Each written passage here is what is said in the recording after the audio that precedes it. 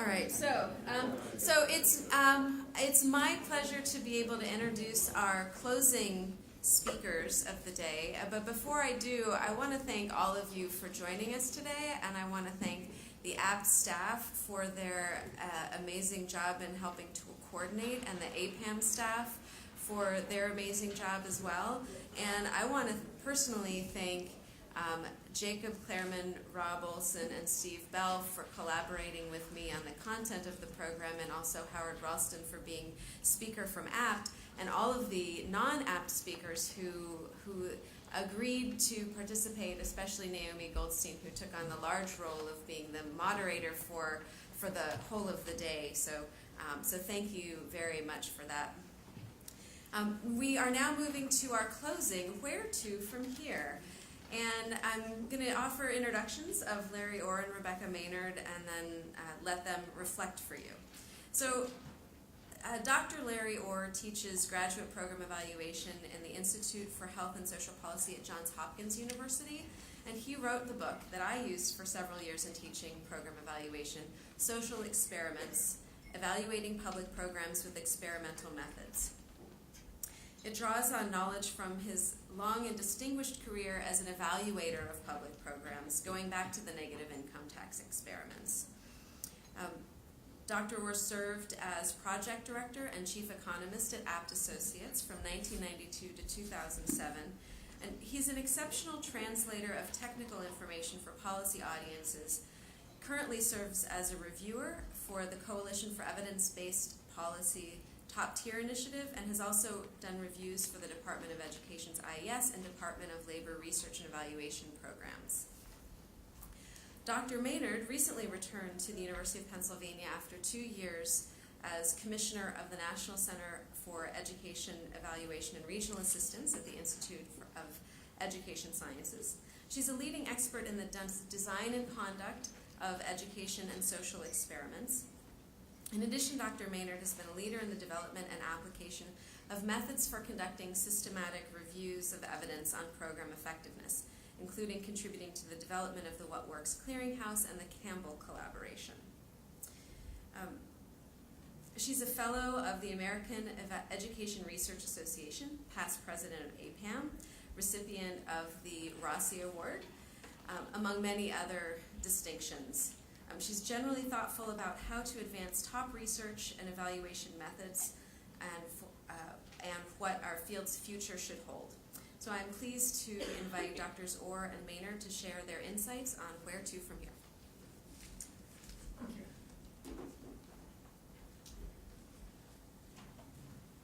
Thank you, Laura. This has been really a wonderful day. I want to thank the organizers and applaud everybody who's participated today. I told Naomi that I sort of don't, there's too much. I don't know how to sort of make sense of all of this. And I have my iPad here with my notes that I did before. I've got sort of all my little squiggles here.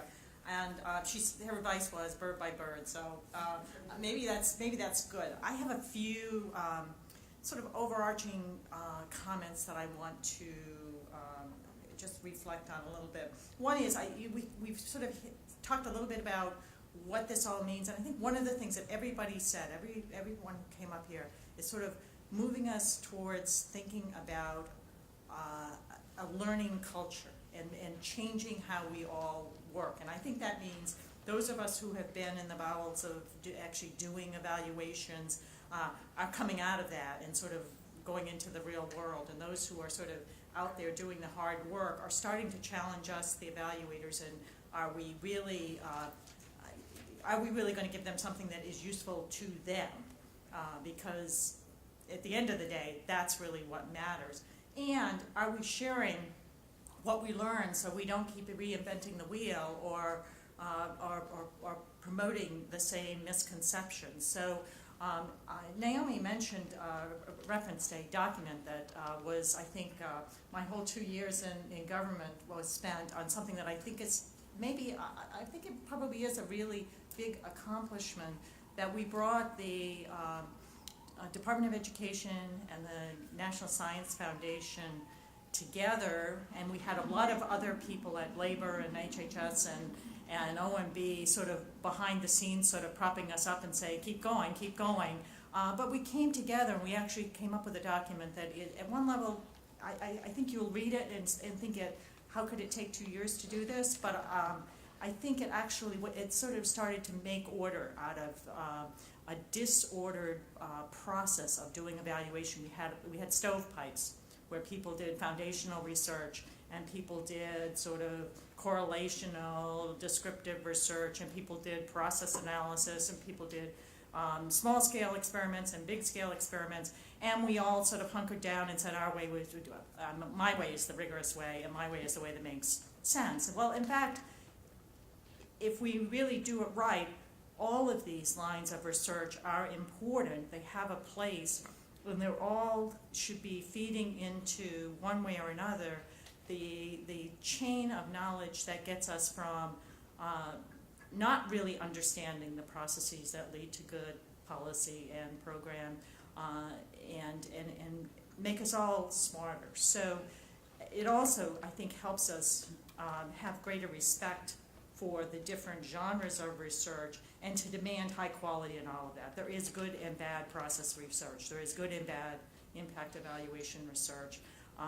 And I would say that what became most clear to me in this process was that the opportunities missed by not talking and respecting across these boundaries, and therefore we were not feeding the information back.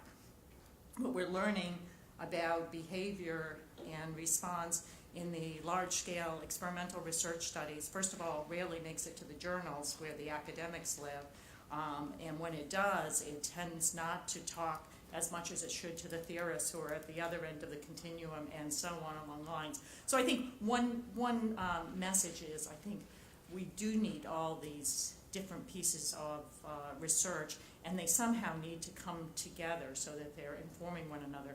One place I think I want to take, I have a slightly different view on whether or not we should start with a logic model that is sort of anchored down and we know exactly what the points, how that logic model should look, and we're sure that we've got the model fully implemented before we do impact evaluation.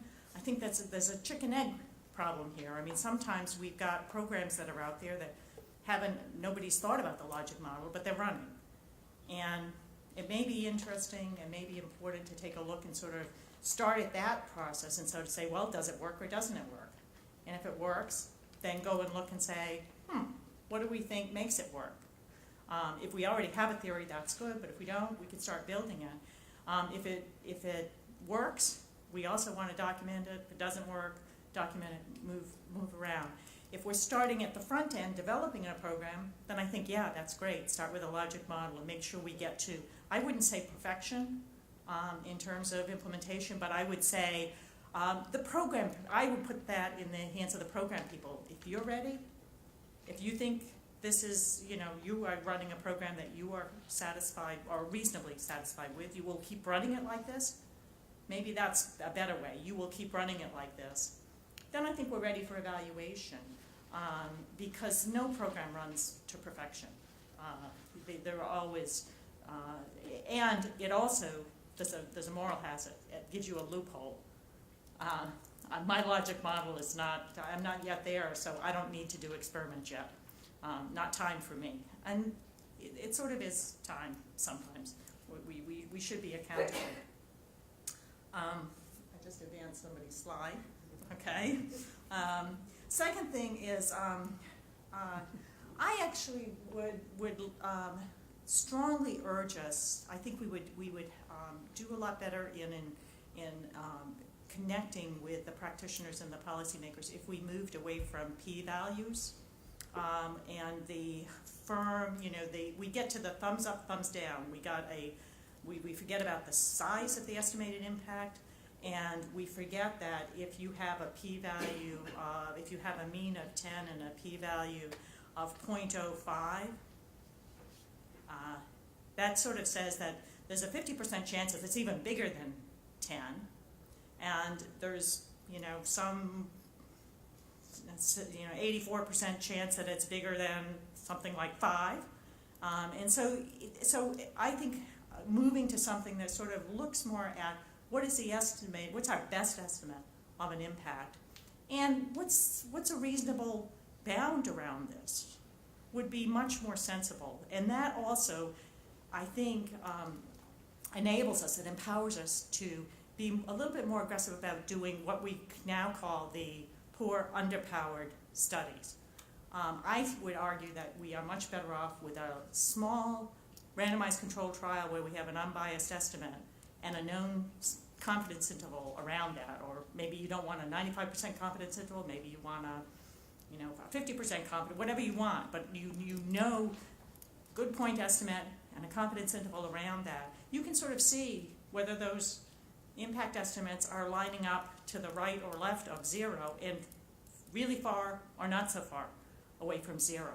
I think that would be a lot smarter way to interpret and present results. They would also make more sense to a practitioner, I think, and we need to be able to communicate this notion of it's a big impact but underpowered, and I don't know what you do with that. So, but I think we should. I think that would be a big improvement. And then I also want to suggest that we be careful about over-interpreting the results. I want to, on the one hand, encourage that when we're doing these evaluations, we capture all the data that is accessible to us easily, and or that we are funded to capture. I'm all for data, but I think we have to be careful about the spurious results. So I'm not sure, somehow I cannot wrap my head around peri-preschool being cost effective because of crime results when nothing else showed evidence of significant changes for 25 years. These kids did not seem to benefit from that intervention, but all of a sudden crime results, and we're making policy recommendations on the basis of 64 children in one city with what are, if they're true, very big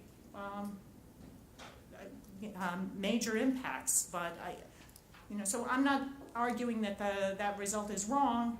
I'm sort of saying I'm not convinced that I would, and I would not advocate acting on behalf. And the same with, the gentleman who asked the question about if we measure all these outcomes and do a lot of comparisons, we're going to get some spurious results.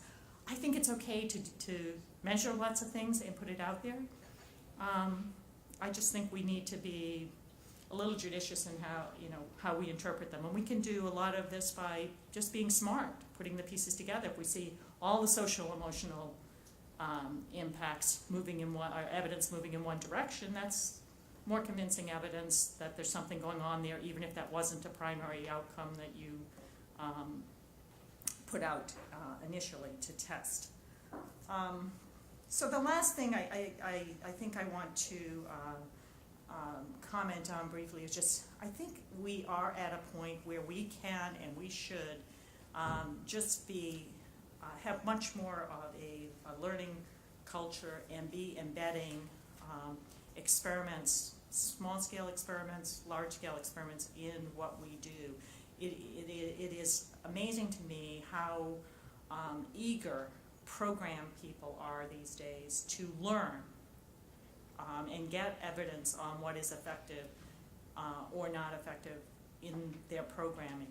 What they don't know and don't have the capacity to do and aren't really trained or equipped to do is to, on their own, sort of figure out how to get the knowledge that they need in a convincing way while doing their day job, which is running a program. So I do think that we have much better data available to us. We don't necessarily have it organized in a way that makes it as efficient to access as it could be. We have issues of the FERPA regulations and confidentiality, lots of issues like that to contend with. But I think those are surmountable issues, and I think it would be relatively easy, low cost, and highly effective if we were testing out programmatic and policy changes as well as big ideas. So instead of changing the curriculum all at once throughout the state, maybe we could try it and see what works. We could use administrative data to see how that goes. We could, after we see where it works, where it doesn't work, we could then back end and go out and do some more efficient, effective, targeted program and process evaluation to understand where it's working, where it's not working, do some diagnostic work. So there are lots of examples like this where I think we could be much more nimble and creative and becoming a learning environment. And I think along with this, I would say that in general, I would argue that if we have nothing compelling us to do the extensive process evaluation before we know what works and doesn't work, given the high failure rate and the cost of process implementation research, I would be in favor of getting some evidence on impacts and using that to tailor how I do the implementation and process research. I would probably target more on reasons for failure and conditions of success depending upon the nature of the outcomes.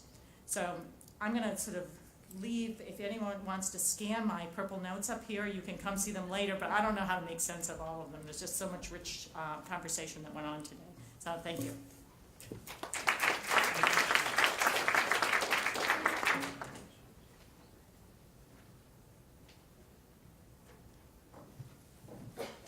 Thank you for queuing up my lecture here. Yeah. First of all, I would like to thank Apt Associates and APPAM for organizing this session. This has been a fascinating day of conversation. It's particularly nice to participate in a large group meeting like this where everybody starts from the premise that social experiments are basically a good idea. I remember a time not so long ago when if I stood up in front of a group this large to talk about social experiments, there were torches and pitchforks in the room. This is a much more congenial crowd. The title of this session is Where to From Here. At the end of the last session, Naomi threw on a one-liner about Becca and Larry telling us what it all means. I'm not going to tell you what it all means. My head hurts just from trying to wrap my mind around all of the conversation that's gone on today. So I'm going to talk literally about where to from here. Since I don't have a crystal ball, I'm going to talk about where I think we should go from here. After all, I got the microphone. Let me start, though, with just a little vignette from back in the days that Howard Ralston was talking about this morning in the first session. About 100 years ago, when I first came to APT, I went to a conference, not unlike this one. The topic was the negative income tax experiments. It was kind of a retrospective on the negative income tax experiments. And one of the people there I noticed, was Orley Ashenfelter. Now, if you knew or know Orley, he was not a huge fan of experimentation. Great labor economist, but not a huge fan of social experimentation. So I'm kind of wondering, so why is Orley here? And so, being young and brash, I went up to Orley and I said, Orley, why are you here? And without a second's hesitation, his response was, I'm here to see them shoot the last of the dinosaurs. Which was a great, if off-target, response, I thought. And I've always kind of categorized that as one of the first of the many premature pronouncements of the demise of experimentation that I've heard over the years. But I've also come to appreciate that the early experiments did have kind of a dinosaur quality to them. They were big, cumbersome, slow-moving. they were a little dinosaur-like. And so what I'm hoping for in my future of the fantasy of the future, is some more nimble, furry creatures, and a lot more of them. So that's what I'm going to talk about. Let me start, though, with a slide that contains what some of you may find some rather depressing factoids. I compiled a list from several areas of the proportion of experiments by somebody's count, RCTs, that had weak or no positive results. And I'm just going to throw them up here on the screen.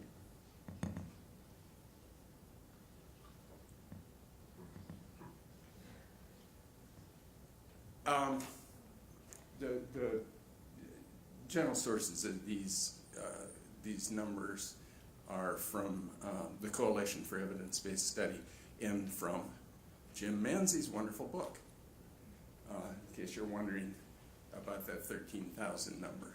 Jim talks about all the RCTs that are being conducted in business. It is a little depressing. Most, as a couple of speakers have mentioned, most of the things we try don't work when subjected to, it's kind of, I mean, Peter Rossi wasn't far off with his iron law. When subjected to careful evaluation, most things don't work. And it's not just that we aren't being selective enough about the things we test. That number for medicine. Medicine is an area that has strong theory. They have laboratory tests. They test things on animals. They have a lot of related procedures and drugs and so on. And still, and they have this very carefully sequenced movement from phase 1 to phase 2, et cetera, trials.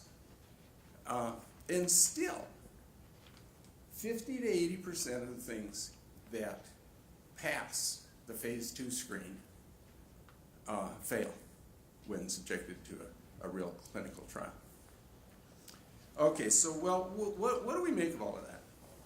This is not the conclusion of my talk. This is my conclusion from the first slide. My conclusion from the first slide is that if the hit rate is that low, we really have to try a lot of things.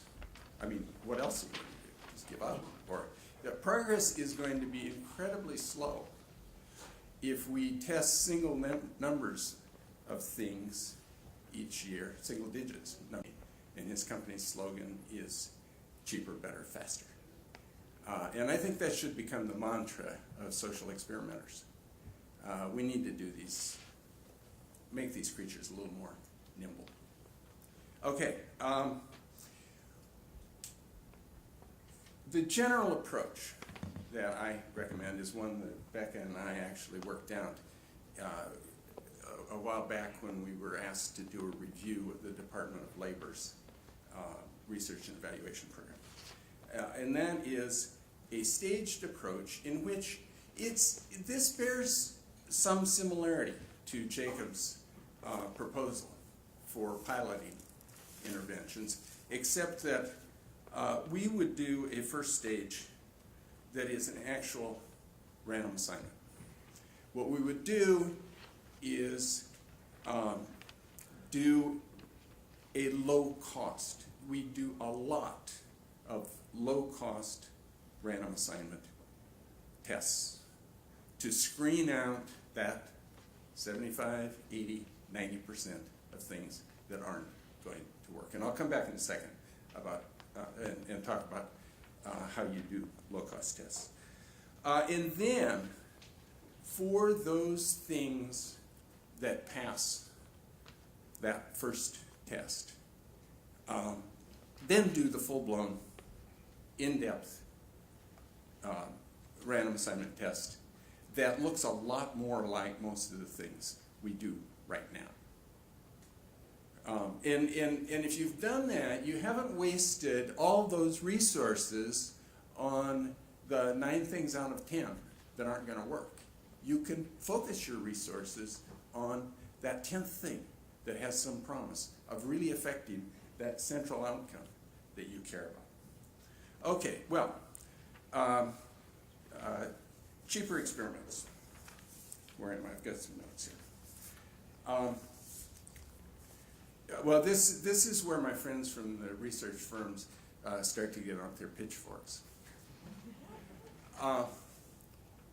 My first recommendation, and this is something that several other speakers have mentioned, is spend less money on surveys. Use administrative data to the absolute extent you possibly can. And there are good administrative data on many of the central outcomes we care about. There are administrative data on earnings. I have yet to see a Department of Labor evaluation that, let me rephrase that. If you're doing a Department of Labor evaluation, what you really care about was, what was the impact on earnings? Certainly if it's a training program.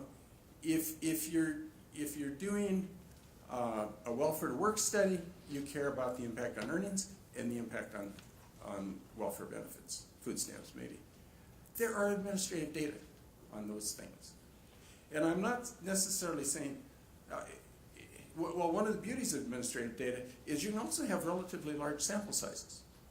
So your sample size is limited more by the cost of the intervention that you're testing than it is by data collection. So there's thing one.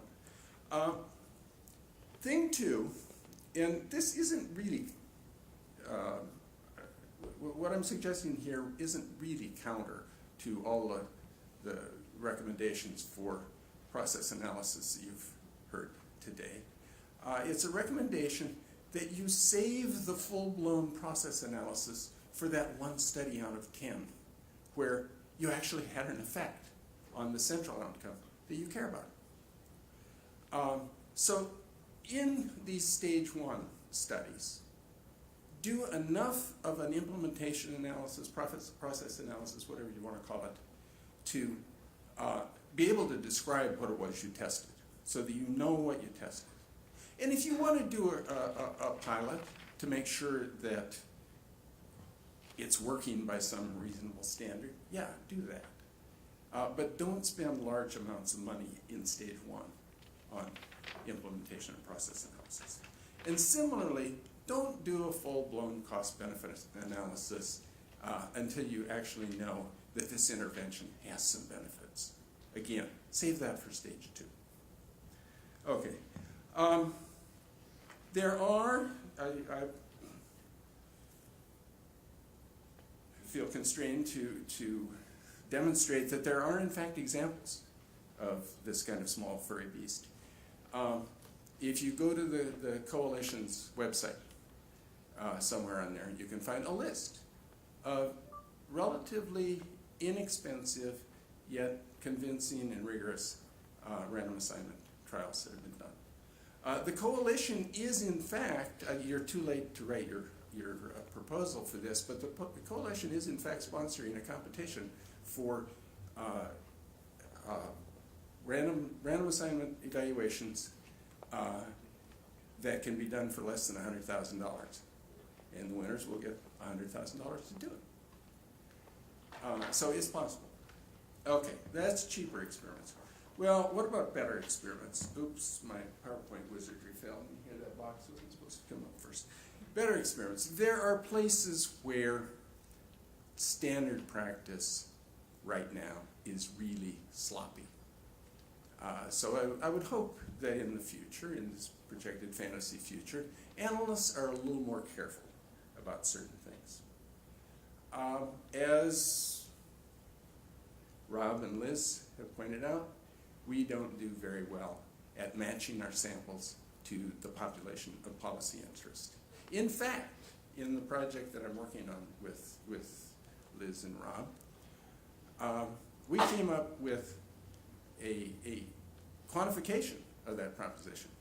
I actually went through the digest of social experiments that Dave Greenberg and his colleague Mark Schroeder, of Works of Kindness, create, and counted the number of experiments in that digest that had representative samples in the sense of statistically generalizable to some population. There were 7 out of 278 studies. Standard practice is just to get some sites that don't particularly represent anything other than themselves. I'd like to see us get a little more careful about site selection. I would like to see us begin to resist the temptation to search for significant effects somewhere in all of this data that we've collected, and to declare victory once we find one. There are rampant multiple comparison problems in much of the research that's done, even in experiments. IES, I have to say, has done a great public service by publishing guidelines on how to deal with multiple comparisons. If you haven't read Peter Chauchet's paper on this, please do, and please do what he says. I could talk for half an hour on that one. When you have a very low hit rate,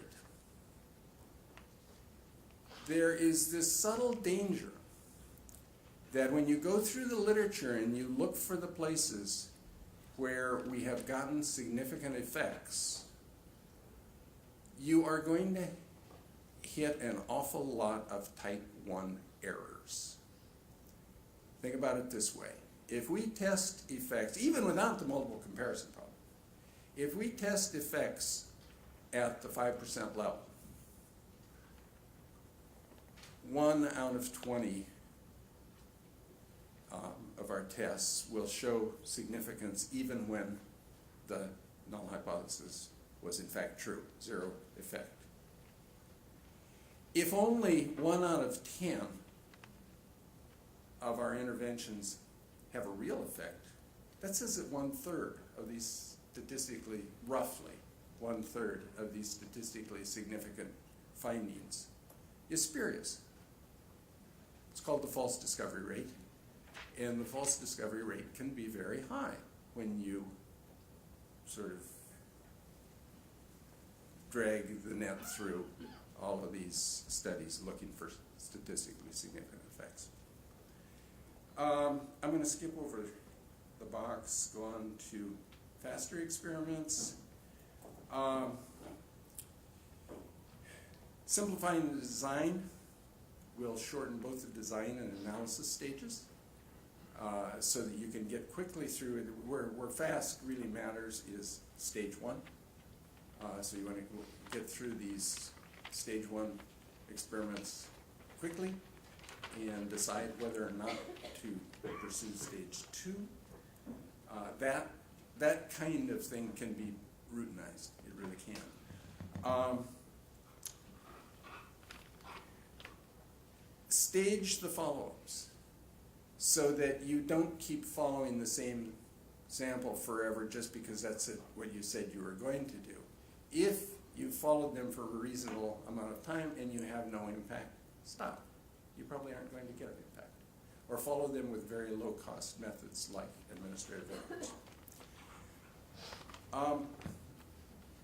Something that Becker recommended, embed experimental evaluations into the rollout of new programs so that you don't have to wait.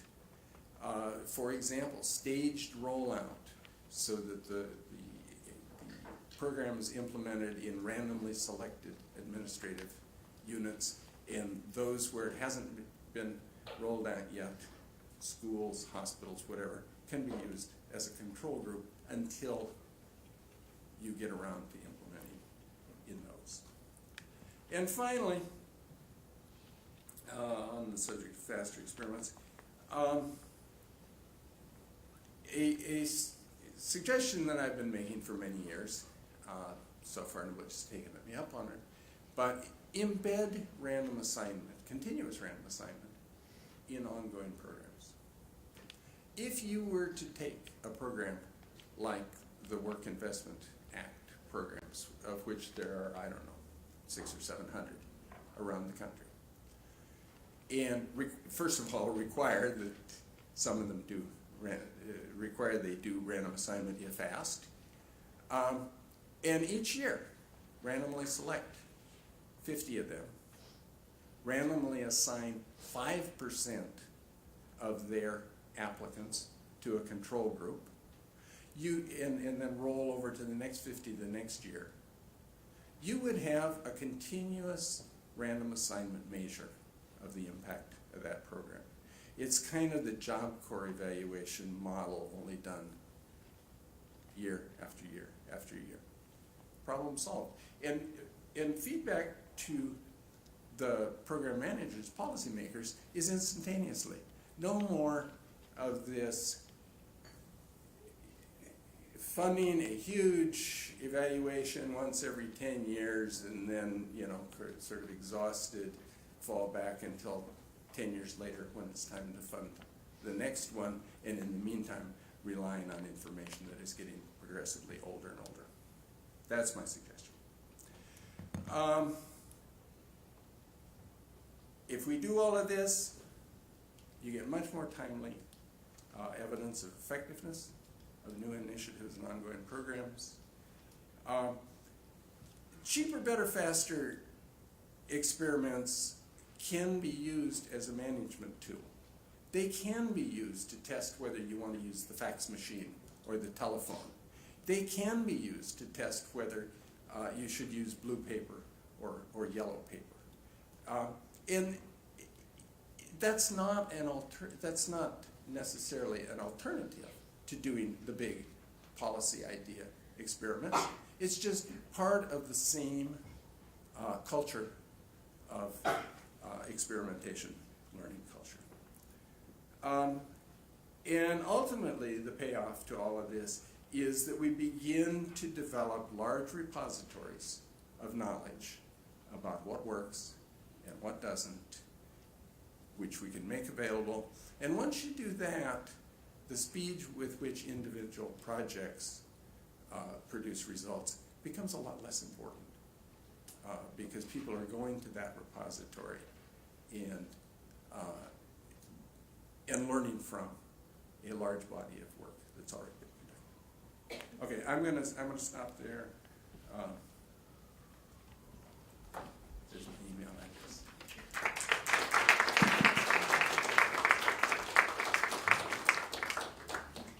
We have 5 minutes if anyone has any questions or closing comments to share.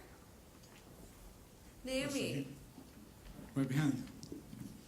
So I think this is a comment, but if you have a response, that would be great. So a major impediment to doing federal evaluations faster is the requirements of the Paperwork Reduction Act, which can add easily 8 months to planning phase for collecting data.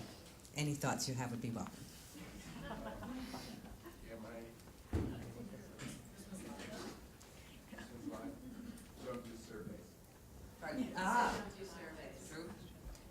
I also do think that much of the time there could be cut down by having more templated procedures for certain kinds of projects and data. I think that both the contractors and the agencies could do that work a lot faster.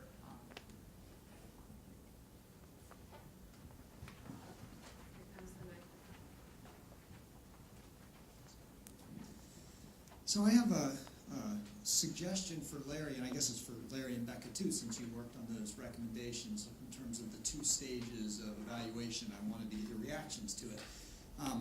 It occurs to me that in some studies where you might do a cheap and quick RCT to begin with, the average effect might be 0. But if we're talking about grant programs where grantees are given a lot of flexibility as to what to implement, you can have a 0 average impact, and you can have some sites where the impact is very, very large, and some where it's actually large and negative. A good example of this was in Mathematicus charter school evaluation, where the average effect was 0, but they learned an awful lot by sort of exploring, by determining that there was significant variation in impacts across sites, and then doing, I guess, what you could call an implementation study, or a high-tech implementation study, to try to tease out, under what conditions were these kinds of schools effective and which ones they weren't. So based on that, I'm kind of wondering how you react to a possible amendment to your proposed approach, whereas if you find no significant impact on average, but you found significant variation in impacts, or you found a significant share of sites where the impacts were bigger than 0 or bigger than some predetermined value, whether it might be worth doing some sort of implementation study in that case, figuring that if this is we're trying to create a learning culture, maybe the fastest way to learn from that 0 average impact, but significant variation impacts across sites is to try to, don't go fishing, but if you find significant impacts across, variation impacts across sites, to try to see if you can figure out why that would be. Just curious to get your reactions to that. I think that's perfectly within the spirit of what we were suggesting. Note that my slide says cheap, not small. If you use administrative record data, charter school is a perfect example, because many of them have already created your randomly assigned control group by rationing slots with a lottery. You can probably get administrative records on test scores, depending on where you are and what you care about. So it could be done cheaply and quickly, even with a fairly large sample, sample just as large as the one. In fact, that study may have been done fairly cheaply and quickly. I'm not sure. The expensive part, I think, was then collecting the data on the schools to try to figure out what distinguished the schools that had large impacts, positive impacts, from those that had large and negative impacts. So that's the part where the cost. Well, then you're in stage 2. You've got something you actually think has impact. But I think in the case of that study, my recollection is the distinguishing features were right there sitting in front of them in the data. It was, if you came from a poor performing school, then going to the charter was better. It was all about the control condition. So you actually didn't have, I don't know how much work they did looking inside the schools, but it seemed to me that that was the main factor, and that was cheap to get. And that's a good example how a simplified, cut down, cheap stage 1 could really inform stage 2, because that would say focus on these students and schools in areas with poor performing public schools. Who would like the last question? You in the purple. Sorry. Thank you. How do you feel about foregoing surveys for monetary reasons in the case when the administrative data doesn't really have, it only has outcome variables, so not a lot of, baseline characteristics or demographics that you'd want to use to kind of check your samples against for external validity. In that case, do you still think it's okay to kind of forego survey data?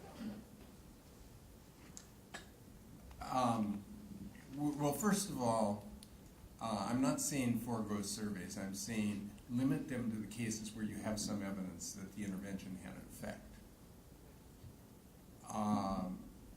And, if you've got an intervention that showed a reasonable or strong effect in an initial scaled down kind of trial, knock yourself out on getting all of the details in the phase 2 study.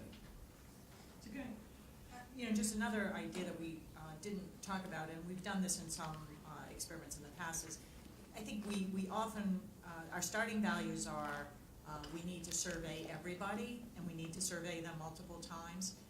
You could have different levels of power for different parts of your analysis, and you could say take your top level outcomes where the data are cheap and they're most relevant to the policy action, then you get that from the administrative data, and you could do your probing on a more restricted sample, and you're going to have more noise in your estimates, but it's a trade-off. You could do another experiment or two for what you're gonna spend on surveying everyone in the sample. You have to ask yourself, where's the point of diminishing returns to surveying more cases? Well, thank you for all of